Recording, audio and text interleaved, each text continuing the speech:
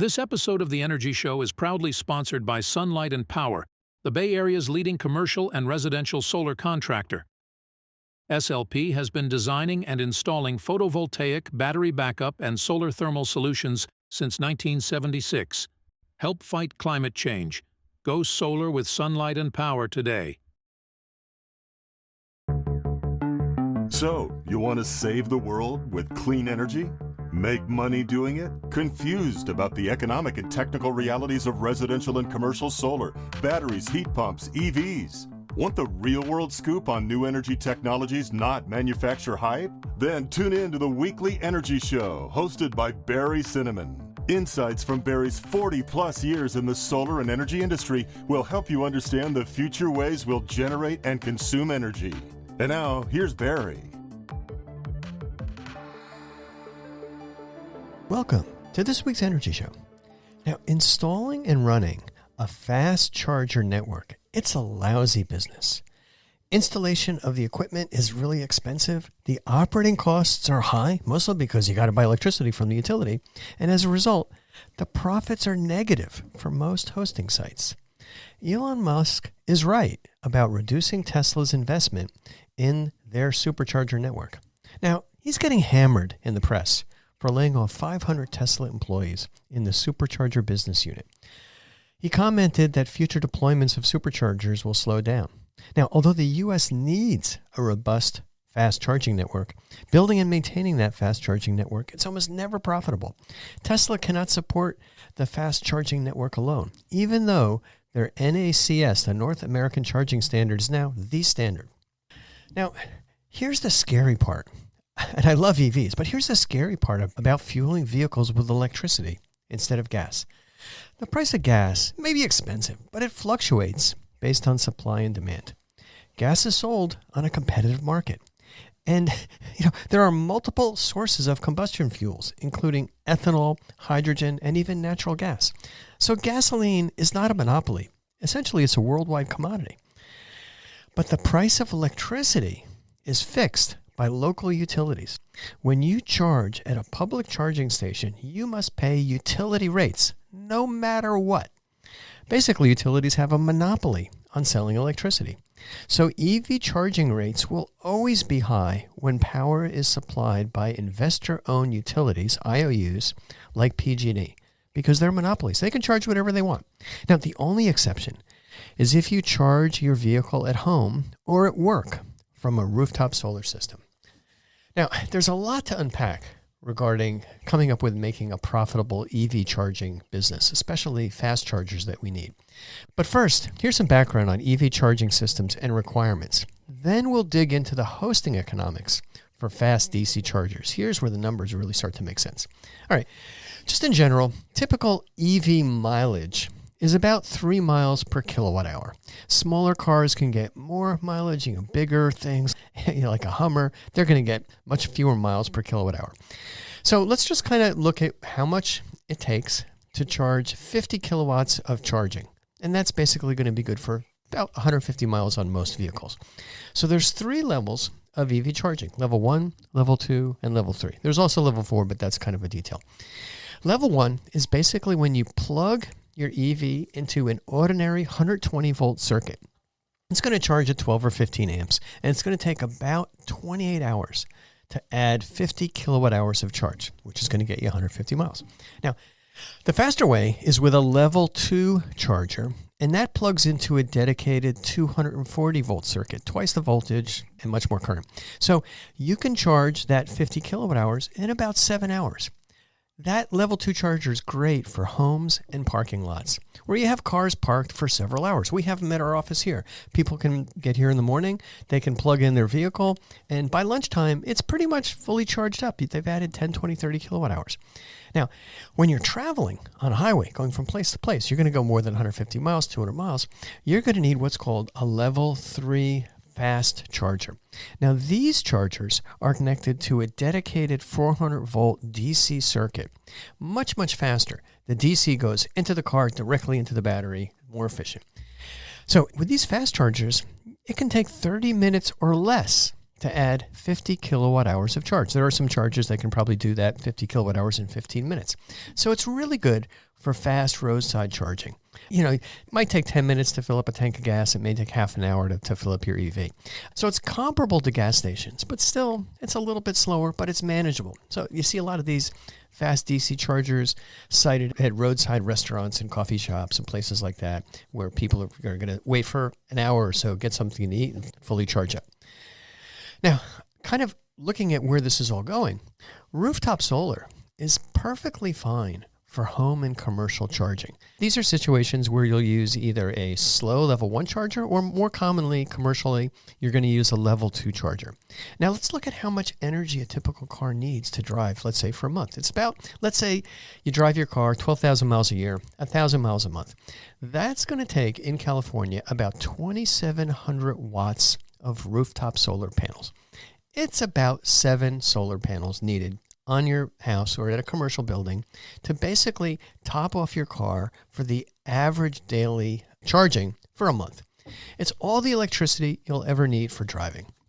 We kind of do this analysis for our customers. We'll find out what kind of EV they have. We'll find out what they're shading and how many panels that we need. But it's usually somewhere between 6 and 8 panels. If you drive a lot, maybe you'll need more. But that's enough to charge up your vehicle. It's basically your gas station is a bunch of solar panels.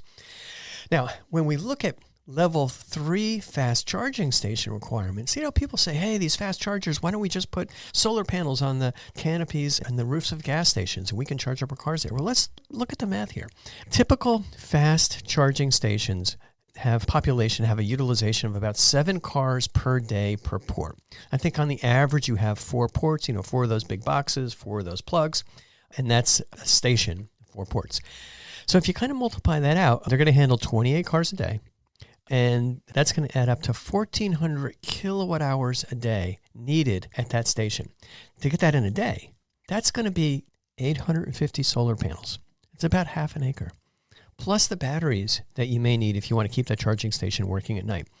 So essentially, it's space and cost prohibitive to power these fast charging stations by solar at each fast charging site. You just can't do it. So the solar panels have to be somewhere else. Those fast chargers have to be connected directly to the grid with a high power connection. And the costs for this utility connection, you got to run wires underground through pavement to the charging stations. The costs are very high. The charges from the utility are very high for this power. And there's really complicated permitting. It could take a year or two for the permitting and the construction to install these fast charging stations. So they don't kind of pop up quickly like mushrooms after a summer thunderstorm. It takes time.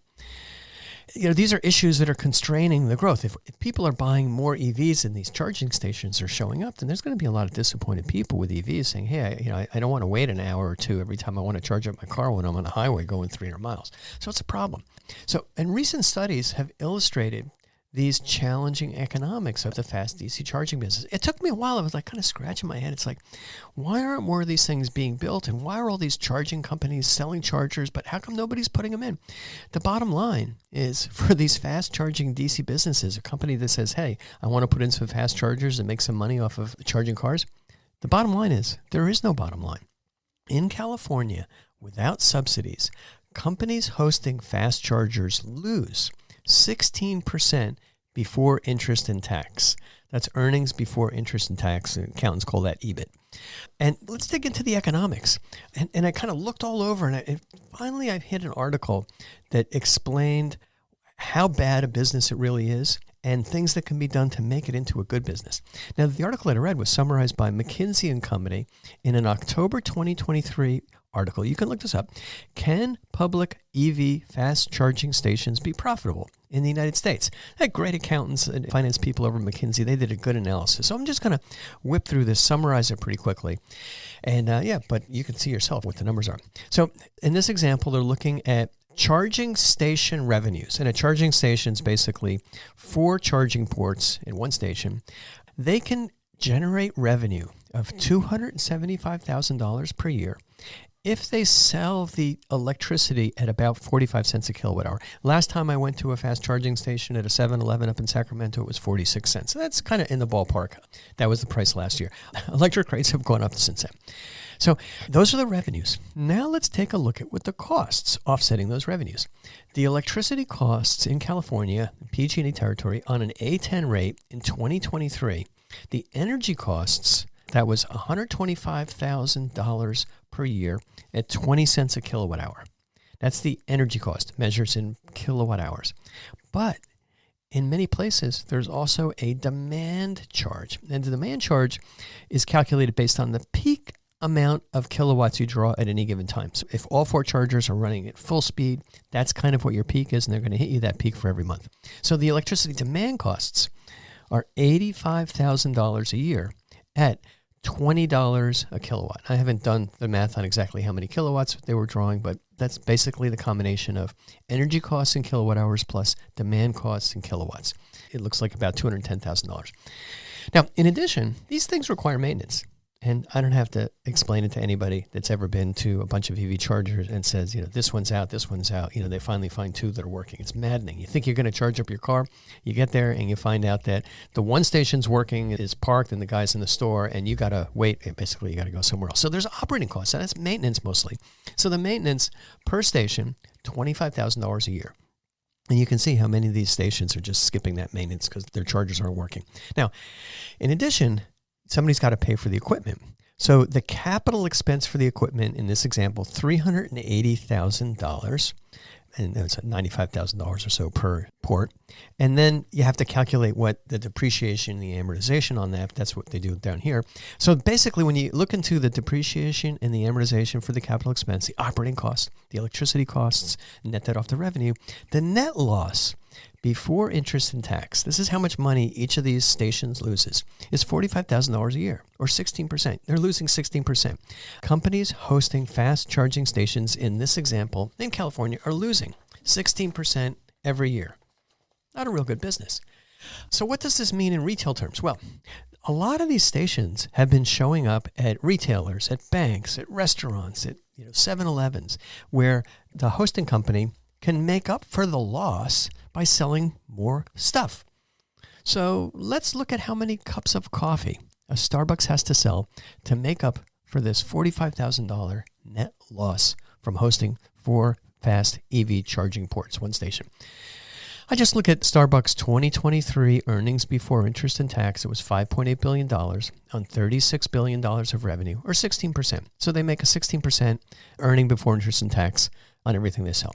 Now, if a cup of coffee costs $5, the earnings before interest and tax is 80 cents a cup. So they make 80 cents a profit per cup. I kind of divided that into their total profit. And that means that for each one of these stations, they have to sell 56,000 more cups of coffee per site to pay for those 4 EV chargers at each station to cover that $45,000 loss. So it's a lot of Joe. Now let's see where we are in terms of fast charging stations in the U.S. So the National Renewable Energy Lab, which we happily call NREL in the solar and the storage business, by 2040, they estimated that there's going to be 33 million EVs on the road. And in order to kind of keep everybody convenient, gas stations on highways and things like that, we're going to need 1.2 million fast charging ports. Now, at an estimated cost of, I kind of added this up based on the average cost of these fast charging points, $31 to $55 billion for all these fast chargers. That's a lot of subsidy money to make these charging locations profitable, because if you offset that cost, they can be profitable. We'll talk about that in a minute. Now, that's on top of the 28 million home chargers that are going to be needed by 2030. And you see, there's a lot of money in the Inflation Reduction Act. There's a lot of other money by states.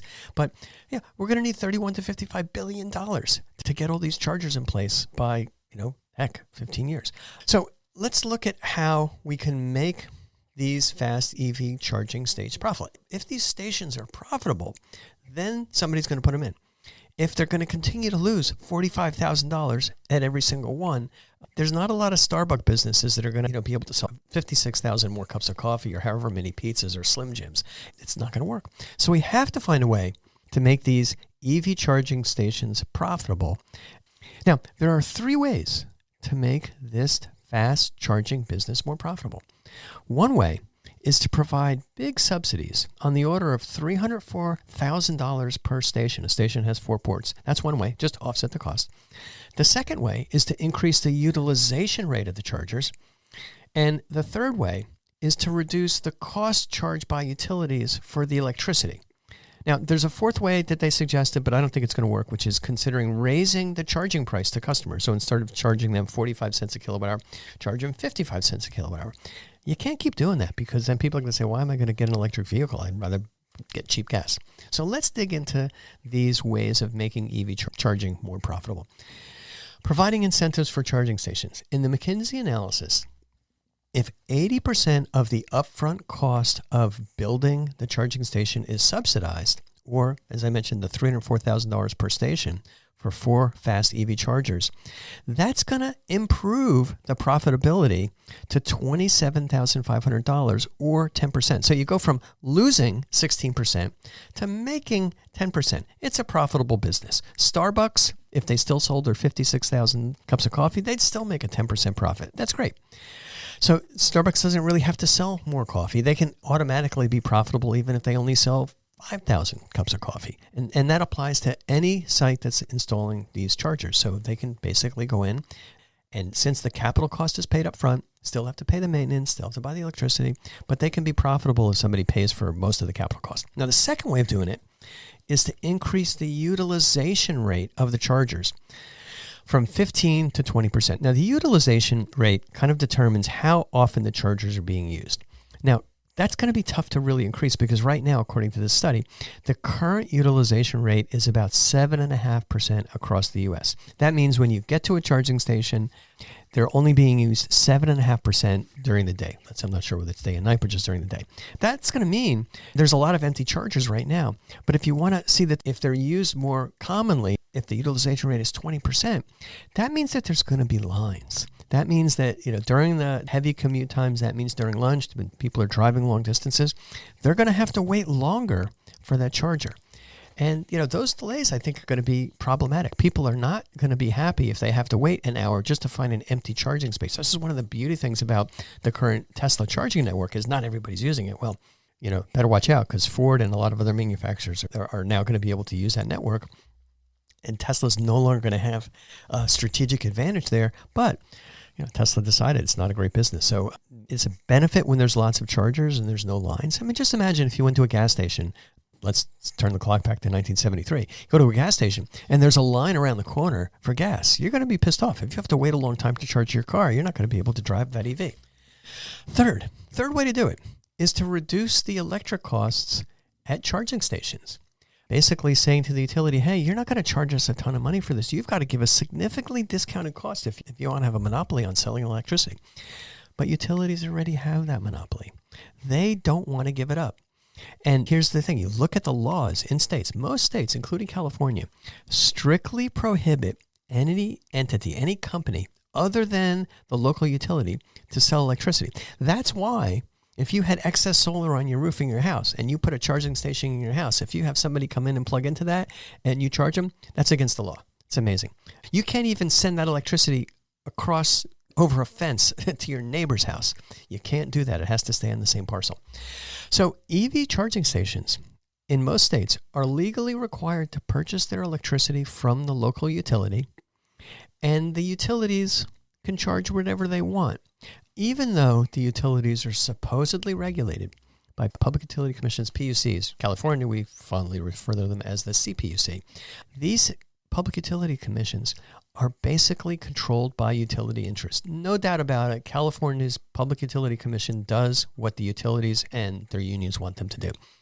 And the way they do that is the IOUs, the investor-owned utilities, they game the system by lobbying state governments. That's exactly what happened in California. The utilities and their unions gave a ton of money to all the politicians, and therefore they get exactly what they want as far as charging for electricity and restricting the installation of solar and storage. So bottom line, look at this in California. They're charging ridiculously high amounts for electricity, and they generate record profits. And this is what's scary. These record profits are going to be even higher as utilities control the filling stations of the future. Imagine that. You think gas prices are high? Something happens in the Middle East, gas prices go up, we pump more oil, gas prices go down. But once it's controlled by utilities and the only ones that are allowed to provide that power, it's going to be even worse. So that's what I worry about. But there's another alternative for EV charging. It's a little bit more complicated. You just don't plug into the grid. But one way this could be avoided is by using level 2 chargers for daytime charging where the cars are parked during the day. There's an abundance of sunlight during the day. Lots of solar power during the day. There's so much solar power, in fact, that sometimes in California, the price of electricity on the grid is actually negative. Utility farms are generating too much power during the day. They're wasting it. So if that power is generated locally where cars are parked, that power is going to almost be free, can charge the vehicles. And that requires these chargers to get power from rooftop solar or parking lot solar. For example, at your company, we're putting solar on the roof of our building here in California. We have EV chargers. Employees can plug in. They can get the power. But this can be done at schools, at other companies, at malls, at public buildings. You can build these big covered parking structures. And that power can be used to top off the batteries of everybody's car who parks there during the day. Even if they only park for 3 or 4 hours, they can pretty much get that car fully charged.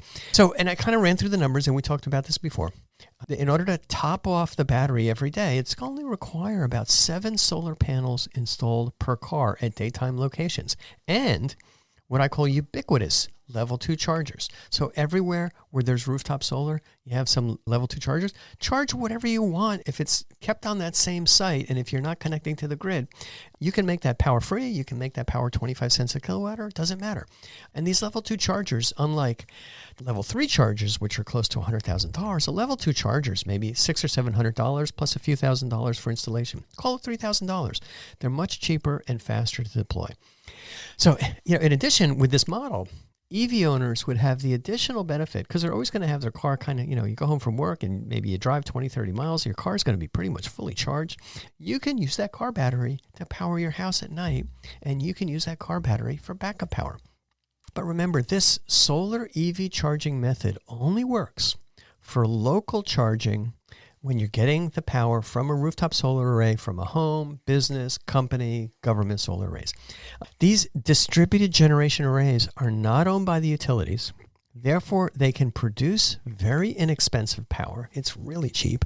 And as long as that power is consumed on site by cars soaking up that power like a sponge, you can save a lot of money. The concept does not work. This EV charging at work, at schools, at businesses, at malls, it doesn't work when you're buying power from the utility, from large-scale solar systems in remote areas. Here in California, we have terrific large-scale solar arrays in the desert, Northern California, all over.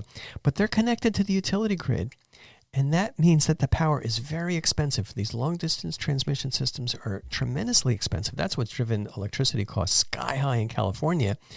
And we're not going to be able to charge effectively. You're basically going to be looking at the standard ridiculously high utility electric rates because they're providing the power from their own solar array, from their own long-distance transmission lines, which cost a fortune. All right, so just kind of wrapping up. Replacing gas vehicles with EVs requires large-scale EV charging network investments. Elon Musk made the right decision to slow down the SuperCharger deployments and Tesla's investments. Even though we've standardized on their standard, it doesn't make sense for Tesla to build this network on their own. Huge subsidies are needed. So that's one. And second, the utility monopoly over EV charging must be changed. We can't continue to pay those ridiculous utility rates for driving. It's going to be more than gas ultimately. We have no control. It's a monopoly. In the meantime, here's what you can do. You can install solar on your home. You can install solar on your company. You can encourage your schools and municipal buildings to install solar on their rooftops. And at the same time, put in level 2 charging stations that are going to connect to those systems. And then you can get that much less expensive power without having to pay through the nose from your utility. Okay. That's all the time we have on this week's Energy Show. Thanks to all of our listeners for tuning in. And if you missed any of today's show, you can go to the Energy Show website at energyshow.biz and listen to the podcasts.